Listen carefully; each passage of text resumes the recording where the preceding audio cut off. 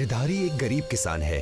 उसके पास उसके खानदानी खेत हैं, लेकिन गिरधारी ने बैंक से बहुत सारा कर्ज ले रखा है और खराब मौसम होने की वजह से उसकी फसलों को बहुत सारा नुकसान हुआ है। मुझे तो लगता है कि इस बार भी मौसम हमारा साथ नहीं देगा। ऐसा मत कहिए जी, अगर ये सच हुआ तो बैंक हमारे सारे खेतों पर कब्जा कर लेगा, क्योंकि हमने 4 महीनों से बैंक का लोन नहीं भरा है। भला मैं क्यों चाहूंगा कि हमारी फसल बर्बाद हो? सब कुछ मेरे हाथ में तो नहीं है ना। जैसे ही फसल पकने का वक्त आता है ना, आसमान से ओले बरसने लगते हैं और गिरधारी की सारी फसलें खराब हो जाती हैं। गिरधारी और उसकी बेगम विमला दोनों रोने लगते हैं। हे ऊपर वाले, हम तो बर्बाद हो गए। अब तो बैंक वाले हमें नहीं छोड़ेंगे। मुझे तो डर लग रहा है, कहीं अगर हमारे खेत भी हमारे ना रहे तो हमारे किसान होने का क्या मतलब। अगले दिन गिरधारी के घर पर बैंक मैनेजर आती है। गिरधारी, तुमने 6 महीने से बैंक का लोन नहीं चुकाया है। हमें सारा लोन आज ही चाहिए, वरना हम तुम्हारे खेतों पर कब्जा कर लेंगे।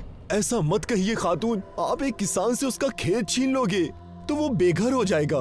देखो, मुझे तुम्हें बेघर करने का कोई शौक नहीं है, लेकिन मेरी मजबूरी है। मुझे भी आगे जवाब देना पड़ता है। अगर तुम्हारे पास लोन चुकाने के लिए पैसे नहीं है, खेत के कागज हमें दे दो, और जब तुम्हारे पास पैसे आ जाए तो लोन चुकाकर अपने खेत के कागजात ले जाना और खेत तुम्हारे हो जाएंगे। गिरधारी ना चाहते हुए भी अपने खेतों के कागज बैंक मैनेजर को देता है। ये देखकर गिरधारी की बेगम रोने लगती है। हम बर्बाद हो गए। आज तक मैंने कभी नहीं सुना कि किसान होने के बाद भी अब हमारे पास हमारे खेत नहीं है। अब हम क्या करेंगे? तुम फिक्र मत करो, ऊपर वाला जरूर कोई ना कोई रास्ता दिखाएगा। कुछ दिन बीतने के बाद गिरधारी जंगल जाता है और वहाँ से थैले में भरकर मिट्टी लेकर आता है। ये लो, जंगल से एक थैला मिट्टी लेकर आया हूँ। इस मिट्टी से हम कुछ अपने छत पर उगा सकते हैं। पर इस मिट्टी को रखेंगे कहाँ? और कहाँ, अपनी छत पर। गिरधारी थैले में से मिट्टी को अपनी छत के एक कोने में बिखेर देता है।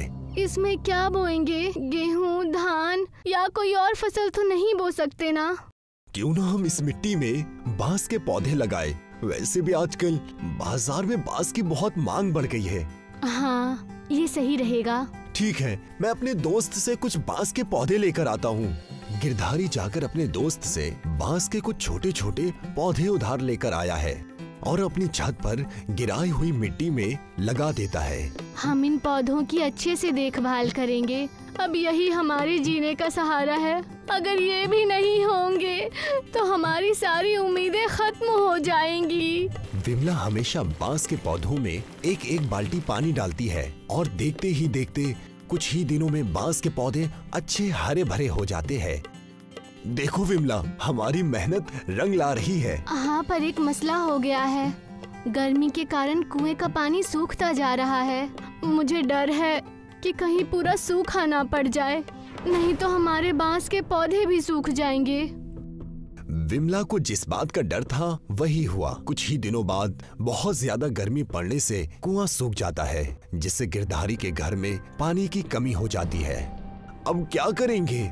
घर में तो 2 ही बाल्टी पानी है। मैंने गमले में ऊपर वाले के नाम का पीपल का दरख्त लगाया है, उसे भी पानी देना जरूरी है। अगर वो सूख गया तो मेरी पूजा बीच में ही खराब हो जाएगी। नहीं नहीं, ऐसा मत करना। तुमने 1 महीने लगातार रोजे रखे हैं। तुम अपने रोजे और इबादत बीच में मत तोड़ना। तुम पीपल के दरख्त को ही पानी दो, बांस के पौधों को रहने दो। जो होगा देखा जाएगा। विमला एक बाल्टी पानी ले जाकर गमले में डालती है, जिसमें उसने पीपल का दरख्त लगाया हुआ है, और गमले के पास में दिया जलाकर इबादत करने लगती है।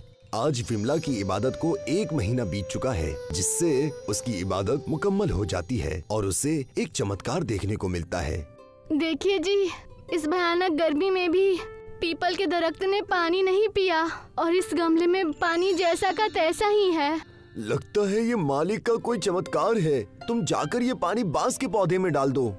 विमला पीपल का पौधा वाला गमला उठाकर उसे छत पर ले जाती है और उसका पानी बांस के पौधों के जड़ों में डालती है। वो पानी डालती जाती है, पर वो गमला खाली नहीं होता। अजी सुनते हो, जरा यहाँ आओ। क्या हुआ? ये देखिए, मैं पानी डालती ही जा रही हूँ, पर ये गमला खाली ही नहीं हो रहा है। ये सब तो मालिक की हमारे ऊपर दुआएं हैं, जो तुमने 1 महीने लगकर लगातार रोजे रखे हैं। ये सब उसी का फल मिल रहा है। इसका मतलब अब हम रोज इस सूखे में भी अपने बांस के पौधों को पानी दे सकते हैं। हाँ हाँ, जरूर दे सकते हैं। अब विमला हर दिन इस गमले में से बांस के पौधों में पानी डालती है और कुछ वक्त गुजर जाने के बाद एक सुबह होने पर विमला और गिरधारी जगते हैं तो वो देखते हैं कि उनके बांस के पौधे बहुत लंबे और घने हो चुके हैं और उनसे एक अलग तरह की रोशनी चमक रही है। ये देखकर दोनों बहुत खुश हो जाते हैं। देखिए जी, प्रभु की लीला, हमारी मेहनत रंग लाई है और बांस के पौधे पूरे छत पर फैल गए हैं। ये पूरा बांस का जंगल ही बन गया है। लगता है अब यही बांस के पौधे हमें हमारे खेत वापस दिलाएंगे। विमला और गिरधारी खुश हो जाते हैं और जब रात होती है तो बांस के पौधों में एक अलग सी चमक होने की वजह से एक चोर का ध्यान उस पर जाता है और वो चोरी करने के लिए गिरधारी की छत पर पहुंच जाता है। अरे वाह, इतने लंबे लंबे बांस! मैं तो इनमें से एक ही बेचकर बहुत सारे पैसे कमा सकता हूँ। चोर एक बांस की लटकी हुई टहनी को पकड़ता है और जैसे ही टहनी को नीचे के लिए खींचता है, लचीली होने की वजह से टहनी ऊपर के लिए उछलती है और चोर उछलकर बांस के ऊपर के हिस्से में पहुंच जाता है। अरे बाप रे, मर गया मैं! यहाँ कैसे आ गया? अब नीचे कैसे उतरूंगा? अगर यहाँ से गिरा तो मेरी हड्डी पसली सब टूट जाएगी। चोर दूसरे बांस के हिस्से में पैर रखकर नीचे आने की कोशिश करता है, पर वो बांस भी लचीली होने की वजह से उसे उछाल देती है और चोर वहां से दूर जाकर एक रेगिस्तान में गिर जाता है। अगली सुबह गिरधारी उठता है और विमला के साथ मिलकर बांस काटने लगता है। मुझे लगता है कि बांस अब पूरी तरह से काटने के लिए तैयार है। हम इन्हें काटकर बाजार में ले जाना चाहिए। हाँ, वैसे भी फसल बोने का वक्त नजदीक आ रहा है। उससे पहले हम इसे बेचकर अपने खेतों को बैंक से छुड़वा लेंगे। विमला और गिरधारी दोनों मिलकर बांस काटते हैं और उन्हें बाजार में ले जाते हैं। तभी एक सुनार की नजर गिरधारी पर जाती है और वो गिरधारी के पास आकर कहता है, सोने के बांस कहाँ लेकर जा रहे हो? ये तो बहुत कीमती है। मैं इन्हें बेचने जा रहा हूँ। तुम ये सोने के बांस मुझे बेच दो, मैं तुम्हें इनकी अच्छी कीमत दूंगा। गिरधारी सभी सोने के बांसों को सुनार को बेच देता है और सुनार इसके बदले गिरधारी को बहुत सारे पैसे देता है। इन पैसों को गिरधारी बैंक में जमा कर देता है और अपने खेतों को बैंक से छुड़ा लेता है। ये लो, बैंक ने हमारे कागज वापस दे दिए। अब हम खेती कर सकते हैं। अगले दिन विमला और गिरधारी अपने खेतों को जोतने और उसमें फसल बोने के लिए खेतों की तरफ निकल पड़ते हैं। अब गिरधारी और विमला अपने खुद के खेतों में खेती करके अपना सुखी जीवन जीने लगते हैं। बंसीपुर नाम का एक कम आबादी वाला गांव था। अधिकतर गांव के लोग खेती ही किया करते थे। कम आबादी होने की वजह से गांव में चहल पहल हुआ करती थी। लोग सुख और दुख में एक दूसरे का साथ दिया करते थे। बंसीपुर गांव जंगल के करीब होने की वजह से वहां का नजारा बेहद खूबसूरत नजर आता था। लोग एक बार देखते तो देखते ही रह जाते थे। इसी वजह से गांव और भी ज्यादा खूबसूरत दिखता था। बंसीपुर गांव के लोग छोटे छोटे काम करके अपना घर चलाया करते थे। कोई लकड़ी काटता तो कोई खेती करता। जैसा गांव बाहर से सुंदर दिखता, वैसा ही अंदर से। एक बार एक बड़े शहर के व्यापारी की नजर उस गांव पर पड़ी, जो वहां घूमने गया हुआ था। क्यों भाई, क्या हाल है? मैं शहर से आया हूँ। आपका बंसीपुर गांव तो कमाल का है। यहाँ आते ही मेरी आंखों ने इतने प्यारे नज़ारे देखे कि मेरा यहीं बस जाने का मन कर रहा है। हाँ, इस गांव और इस जंगल और यहाँ के नज़ारों की बात ही कुछ और है। और अब तो कई लोग बाहर से घूमने भी आते हैं। सब यहाँ का नज़ारा और यहाँ के खाने का बहुत ही जायका लेते हैं। ये तो बहुत ही अच्छी बात है। मैं यहाँ पर एक धंधा खोलने की सोच रहा हूँ। यहाँ के नज़ारे बाहर से आए हुए लोगों को बहुत पसंद आते हैं। जी, ये बात तो है। अगर आप भी यहाँ ठहरना चाहो तो ठहर सकते हो। बस इसके लिए आपको कुछ जमीनें खरीदनी पड़ेंगी। कुछ ही दूर में वन विभाग का कार्यालय है, वहां जाकर आप देख लीजिए। जैसे ही शहरी व्यापारी यानी विजय ने ये बात सुनी, वो तुरंत ही जंगल विभाग के ऑफिस घूमते फिरते पहुंच गया। जंगल विभाग के मुलाजिम समझ गए कि जरूर कोई बड़ी मछली हाथ लगी है। जी कहिए, क्या बात हो गई? जी मैं यहाँ पर एक बड़ा सौदा करने आया हूँ, पूरे 100 एकड़, और उसमें एक रिसोर्ट बनाकर वहाँ के लोगों को एक बेहतरीन सहूलियत देना चाहता हूँ। एक तरफ गांव की खूबसूरती और मिठास, एक तरफ मेरा छोटा सा रिसोर्ट, और तो और ये आपके फायदे की बात है। आपको देखते ही समझ गया था, आज का दिन हमारा अच्छा जाने वाला है। हमें ये सौदा मंजूर है। आप जल्द से जल्द कागजात तैयार कीजिए। वन के 100 एकड़ ही तो हैं, बहुत बड़ा जंगल है, और इससे हमें और सरकार दोनों को मुनाफा होगा। विजय ये बात सुनकर बेहद खुश होता है और बंसीपुर जंगल के थोड़े से हिस्से में अपना रिजॉर्ट बनाता है, जहाँ से सारा नजारा दिखे। रिजॉर्ट के होने से लोग दूर दूर से वहाँ अपने परिवार के साथ वहाँ का माहौल खूब एंजॉय करते हैं। लोग अपने पूरे खानदान के साथ घूमने आते हैं। कपल्स हनीमून के लिए आया करते थे।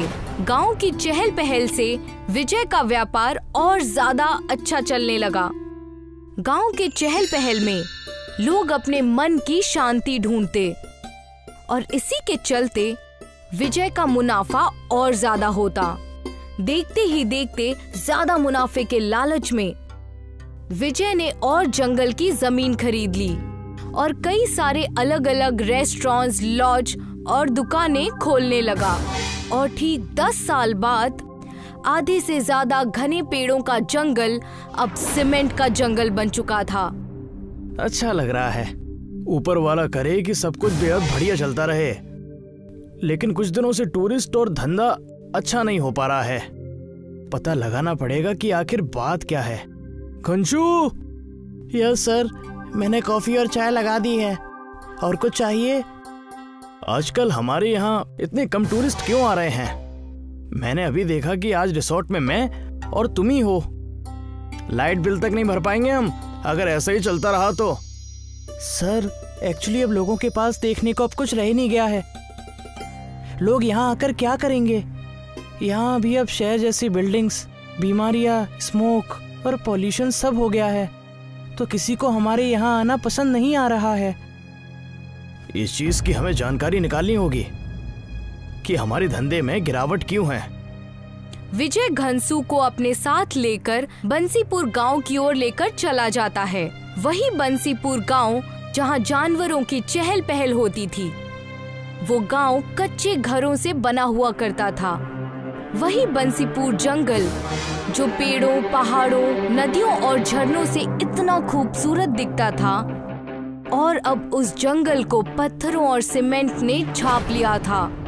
कैसे है मालिक आप तो पूरे बदल गए, लेकिन टाट बाट तो पहले जैसे ही हैं। मैं बहुत अच्छा हूँ बोला, लेकिन इस गांव के सारे घर और लोग कहाँ पर गुम हो गए हैं, कोई नजर नहीं आ रहा है। क्या बताऊं मालिक मैं, वो कहते हैं कि सड़क अब आई है हमारे गांव में, जब सारे लोग शहर जा चुके हैं। अब यहाँ आकर कोई क्या करेगा? यहाँ सांस लेना मतलब अपने फेफड़ों को बीमारी का न्योता देना है। हर जगह बीमारियां फैल रही हैं। ये बहुत बड़ी समस्या है, और इस चीज के पीछे ऐसा लग रहा है कहीं ना कहीं मेरी गलती है। सालों पहले इस गांव और जंगल को मैंने सीमेंट का जंगल बना दिया। सर इसी वजह से तो लोग पहले जंगल जाकर सफारी पर जानवरों को देखा करते थे।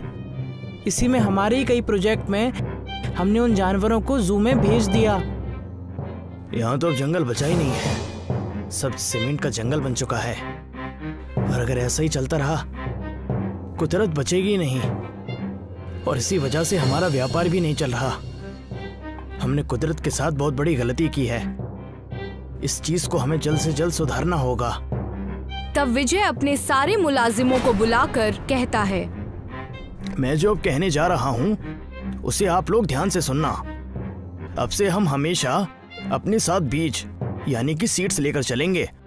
अगर कहीं कोई एक पेड़ कटेगा तो हम उसकी जगह 20 पेड़ लगाएंगे या उससे ज्यादा ही। यस सर, आपने बिल्कुल सही कहा और इससे हमारी कुदरत और भी अच्छी हो जाएगी। अब से हम हर रोज दरख्त लगाएंगे। सारे ही लोग जगह जगह पौधे लगाने लगते हैं। बंसीपुर के जंगल और गांव को पहले जैसे बनाने की कोशिश करते हैं। देखते ही देखते उनके प्रण ने ये कर दिखाया और सीमेंट का जंगल अब बदलने लगा। छोटे छोटे पौधे अब बड़े बड़े दरख्त बनने लगे, कोई आम का तो कोई नीम का। कुछ साल बीत चुके थे। मालिक, मैंने आपसे कहा था कि अगर हम कुदरत की देखभाल करेंगे तो कुदरत हमारी भी देखभाल करेगी। मैं हर चीज हमेशा व्यापार समझता था। मुझे आज समझ में आ रहा है कि धंधा और प्रकृति दोनों को बचाया जा सकता है। मैं कितना गलत था। अब जब भी कहीं एक दरख्त कटता है तो मैं 100 लगाने की जिम्मेदारी खुद लेता हूँ। मैंने ये सीखा है, अगर ऐसी सोच सबकी हो जाए तो हर जगह सबका भला हो, बीमारियां कम हो, लोग तंदुरुस्त रहने लगेंगे, सब कुछ अच्छा होगा। इसी तरह विजय ने धंधे और कुदरत का ख्याल बहुत अच्छे से रखा। सीमेंट का जंगल फिर से घने पेड़ों के जंगल में तब्दील हो गया था। लोग अपना वक्त वहाँ की ताज़ा हवा में बिताने के लिए आने लगे। सब कुछ पहले जैसा हो गया। लोग फिर से बंसीपुर में आकर वहाँ के चहल पहल का आनंद उठाने लगे।